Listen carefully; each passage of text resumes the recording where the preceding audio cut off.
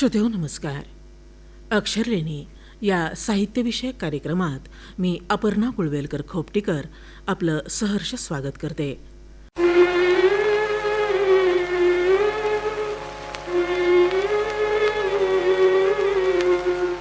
माझी वार ना माऊली, माझी वार ना माऊली, दरी खोऱ्यातून आली, दरी खोऱ्यातून आली, तिच्या पाण्यान पोसली, मर्दुमकी मर्दुमकी.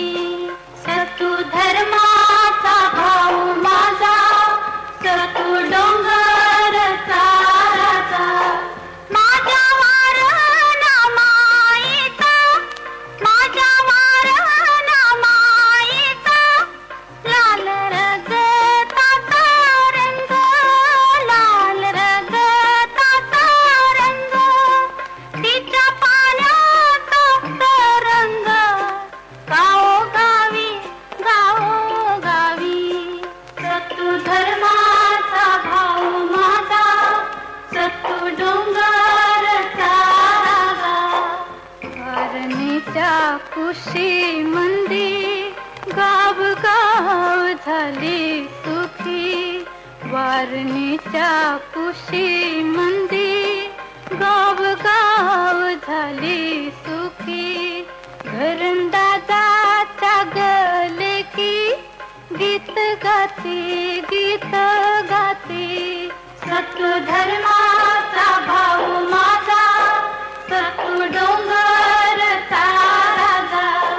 सणासुदीच्या ग दिवशी, सणासुदीच्या ग दिवशी, घरोघरी आली जाग, घरोघरी आली जाग, माझ्या वारणीचा वाघ, यावा घरा यावा घरा.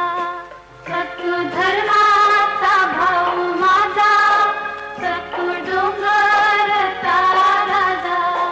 सतू धर्माचा भाऊ माझा, सतू डोंगर ताराजा. त्याच्या नावाचा गाजा बाजा, दाही दिशी दाही दिशी. सतू धर्माचा भाऊ माझा, सतू डोंगर ताराजा.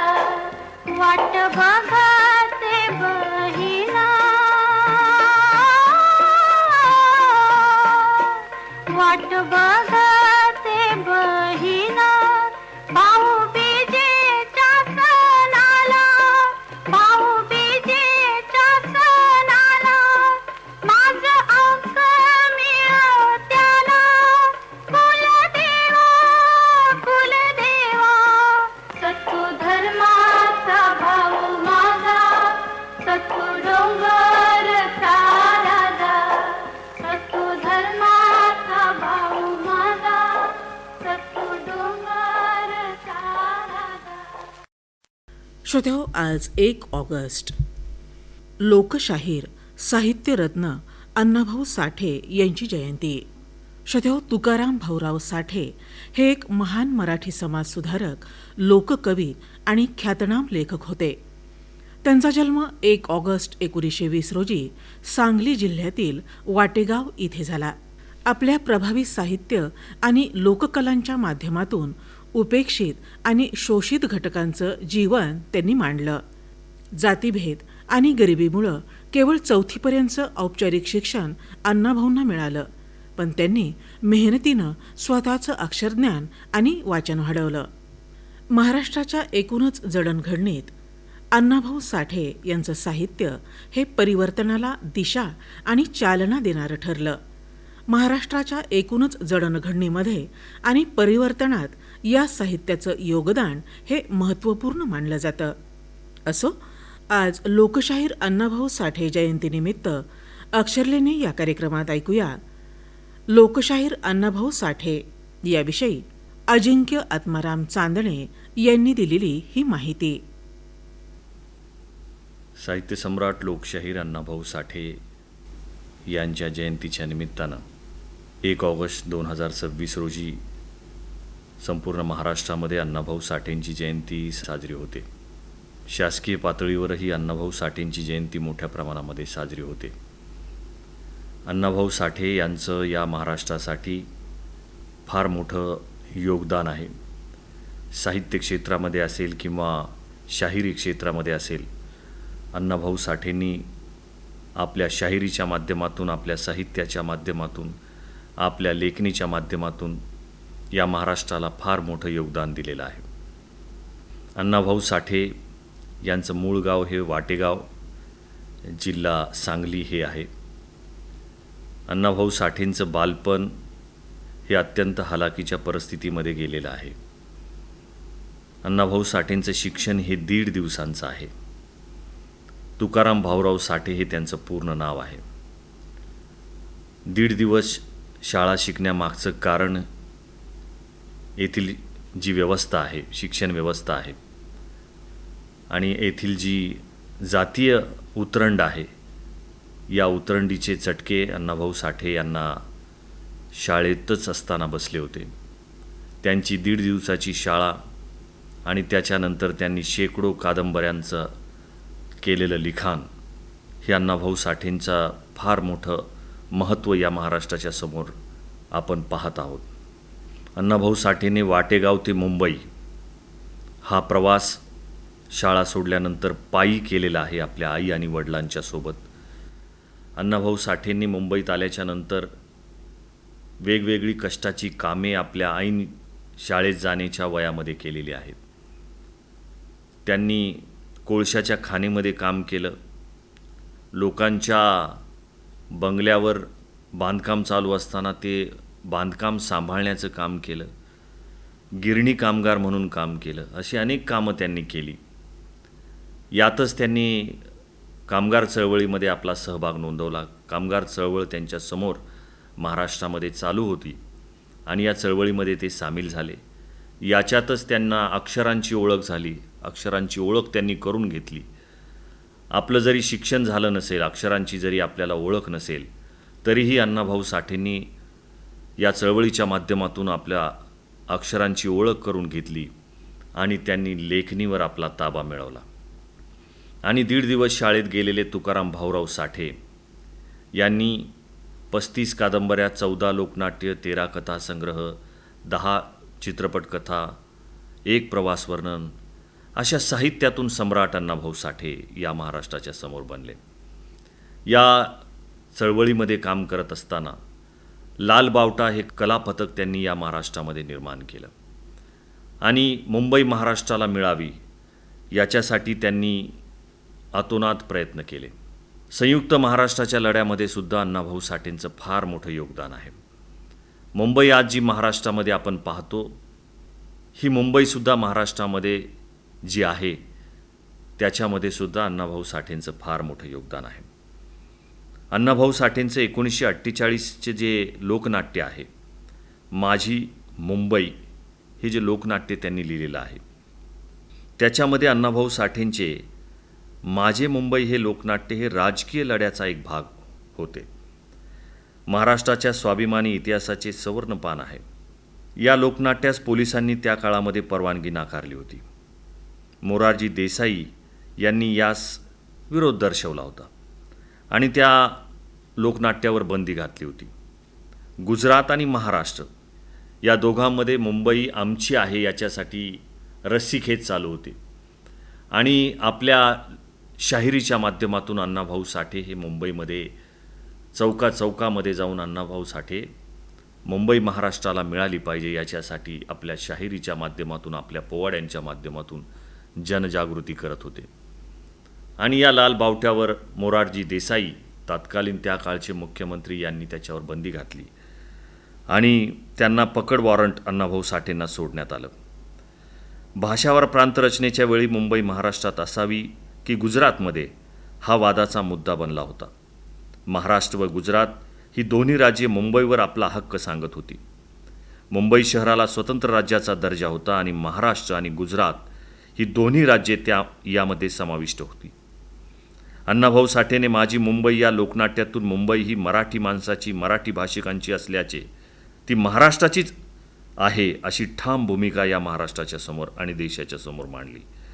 या भूमिकेमुळे संयुक्त महाराष्ट्र चळवळीला या लोकनाट्याच्या माध्यमातून अधिक तीव्रता मिळाली. डॉक्टर बाबुराव गुरव म्हणतात की अण्णाभाऊ साठेंनी आपला जीता जागता देह संयुक्त महाराष्ट्राच्या पेटलेल्या रणकुंडात उभा केला होता. तो कोणत्याही मोहाने नाही किंवा प्रलोभनाने नाही, तर त्यांच्या अंगामध्ये रोमारोमामध्ये भिनलेल्या आणि मुरलेल्या मराठी अस्मितेच्या प्रभावाने अण्णाभाऊ साठे हे सर्व करत होते. संघर्षाच्या दाहकतेने स्वतःला जाळून घेण्याचे अण्णाभाऊंना मनस्वी आकर्षण होते. याखेरीज शोषित आणि वंचित यांच्यामधील मूलभूत झगडाही अण्णाभाऊंनी या लढ्यात समाविष्ट करून घेतला होता. या लढ्यामध्ये अण्णाभाऊ साठे प्राणपणाने लढत होते, योगदान देत होते. त्यांना कसल्याही फळाची अपेक्षा नव्हती. आपल्या आयुष्याची, भवितव्याची भीती त्यांना नव्हती आणि पुढेही त्यांनी कधी आपल्या भवितव्याची चिंता केलेली त्यांच्या कारकिर्दीतून दिसत नाही. अण्णाभाऊ साठेंचे संयुक्त महाराष्ट्र चळवळीतील योगदान हे महाराष्ट्र निर्मितीसाठी अमूल्य असे आहे. म्हणून अण्णाभाऊ साठे यांची जी सर्वात महत्त्वाची आणि प्रसिद्ध अशी कादंबरी अण्णाभाऊ साठेने लिहिलेली आहे, ती म्हणजे त्यांची सर्वोत्कृष्ट कादंबरी फकीरा, जी जगातल्या 27 भाषेमध्ये भाषांतरित केली गेली. अण्णाभाऊ साठे म्हणतात की ही माझी सर्वोत्कृष्ट लिखाण आहे. कुठलाही लेखक असेल, साहित्यिक असेल, तो आपलं सर्वोत्कृष्ट लिखाण हे आपले गुरु, आपले आईवडील, आपले जवळच्या व्यक्तींना अर्पण करत असतो. परंतु अण्णाभाऊ साठेंनी जी फकीरा कादंबरी आहे, तिचं जे पहिलं पान आहे ते उलटल्याच्या नंतर आपल्या सर्वांच्या निदर्शनास येईल की अण्णाभाऊ साठेंचं सर्वोत्कृष्ट लिखाण, आणि त्याच्या पहिल्या पानावर अण्णाभाऊ साठे लिहितात की डॉक्टर बाबासाहेब आंबेडकरांच्या झुंजार लेखणीस मी ही माझी फकीरा कादंबरी अर्पण करत आहे. डॉक्टर बाबासाहेब आंबेडकर आणि अण्णाभाऊ साठे यांची कुठे भेट झालेली लिखित स्वरूपात पाहायला आणि वाचायला मिळालेलं नाही. परंतु अण्णाभाऊ साठेंनी आपलं सर्वोत्कृष्ट लिखाण डॉक्टर बाबासाहेब आंबेडकरांच्या झुंजार लेखणीस अर्पण केलेलं आहे. याच्यातून अण्णाभाऊ साठेंची आणि बाबासाहेब आंबेडकरांची ही जी वैचारिक नाळ आहे ही आपल्याला पाहायला मिळते. अण्णाभाऊ साठे यांचं जे कवन आहे, जग बदल घालून घाव सांगून गेले मज भीमराव, गुलामगिरीच्या या चिखलात ऋतून बसला का ऐरावत, अंग झाडून निघ बाहेरी घे बिनी वरती घाव, जग बदल घालून घाव सांगून गेले मज भीमराव. हे जे कवन अण्णाभाऊ साठेने लिहिलेलं आहे, या कवनाच्या माध्यमातून सुद्धा अण्णाभाऊ साठेंची आणि बाबासाहेब आंबेडकरांची वैचारिक नाळ आपल्याला दिसून येते. अण्णाभाऊ साठेंचं हे जे कवन आहे, या कवनाच्या माध्यमातून अण्णाभाऊ साठे जग बदलण्याची भाषा करतात आणि त्याच्यावर जर घाव घालायचा असेल तर भीमराव नावाचा घावच या व्यवस्थेवर घालावा लागेल, अशा पद्धतीचा संदेश ते आपल्या या कवनाच्या माध्यमातून देतात.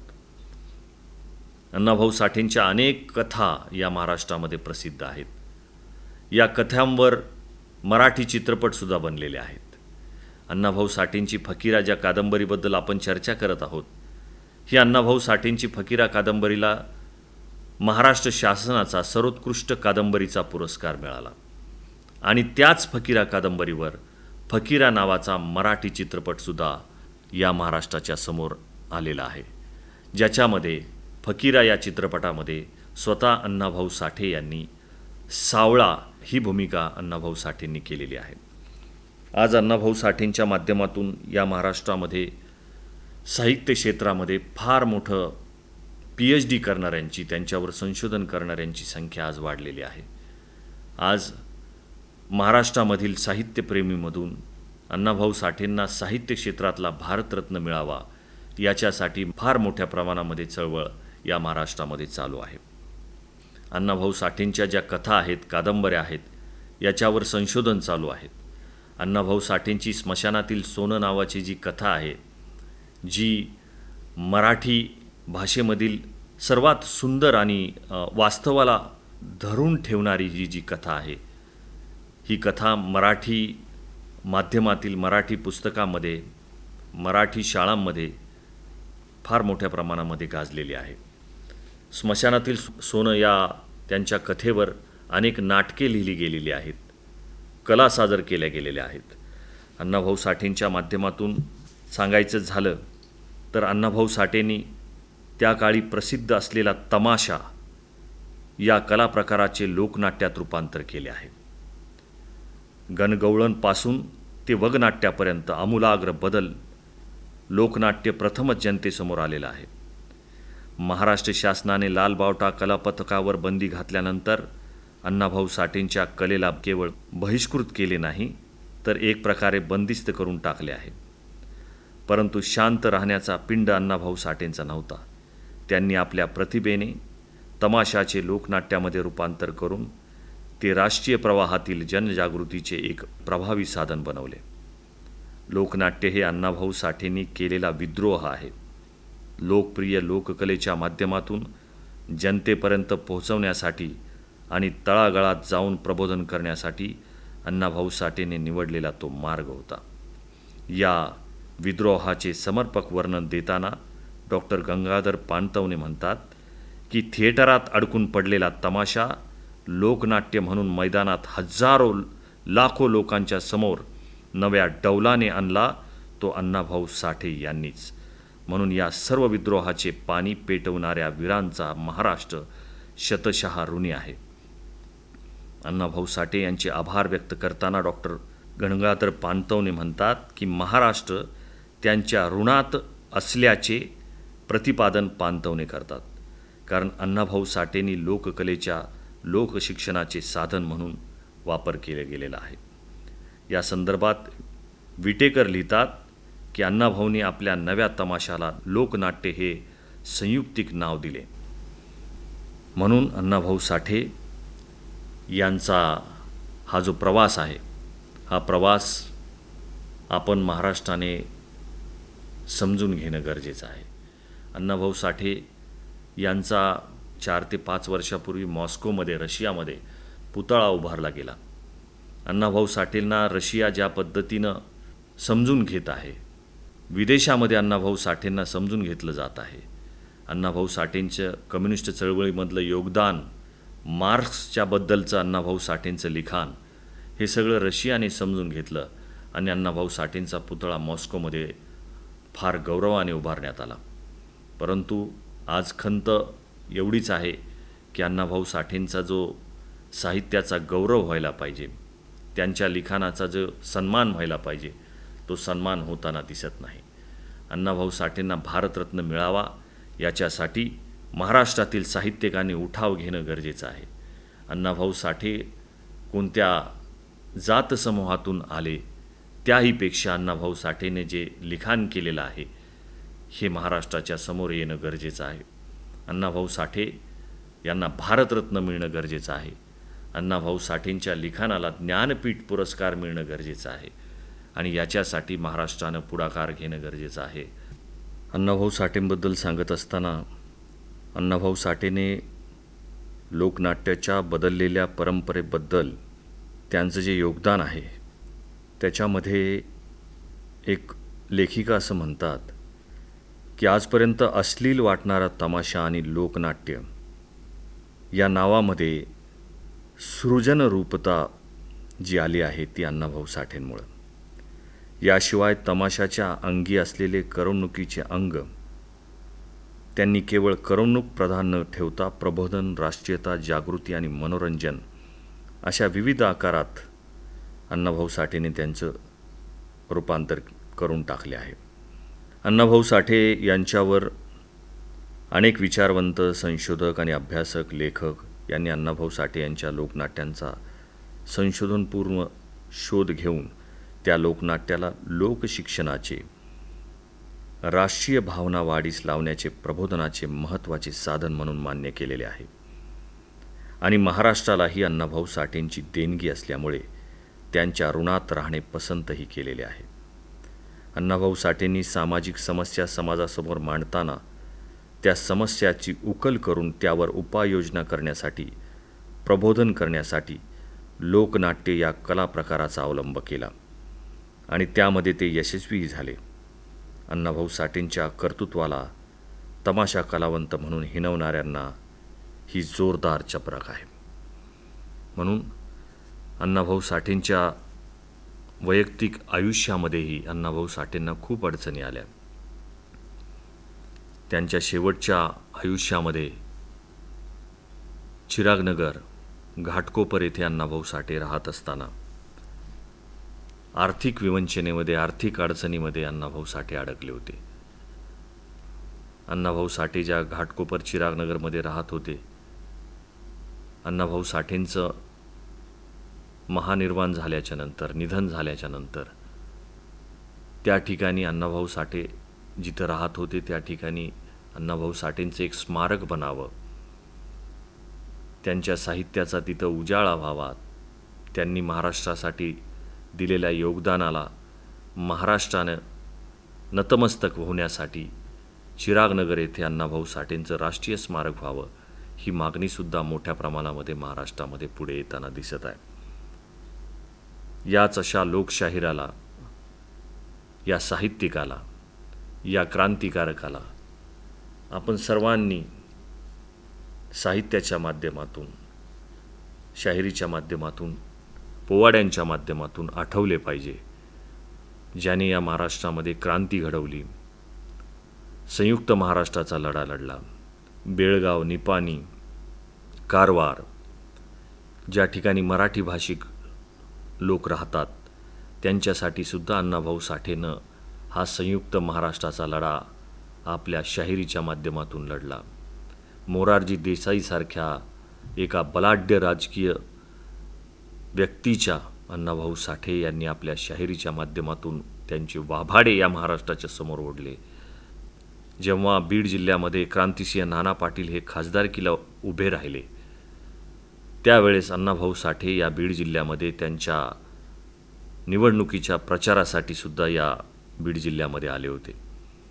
हा बीड जिल्ह्याचा इतिहास सांगत असताना अण्णाभाऊ साठेंच्या 2 सभा या बीड जिल्ह्यामध्ये क्रांतिसिंह नाना पाटील यांच्या प्रचारासाठी या बीड जिल्ह्यामध्ये झाल्या, ज्याच्यामध्ये अंमळनेर, पाटोदा आणि गेवराई तालुक्यातील उमापूर या 3 ठिकाणी अण्णाभाऊ साठेंच्या प्रचार सभा क्रांतिसिंह नाना पाटील यांना निवडून आणण्यासाठी झाल्या आणि त्या प्रचार सभाच्या माध्यमातून क्रांतिसिंह नाना पाटील या बीड जिल्ह्याचे खासदार म्हणून निवडूनही आले. हे योगदानही आपल्या बीड जिल्ह्यासाठी अण्णाभाऊ साठेंनं दिलेलं आहे.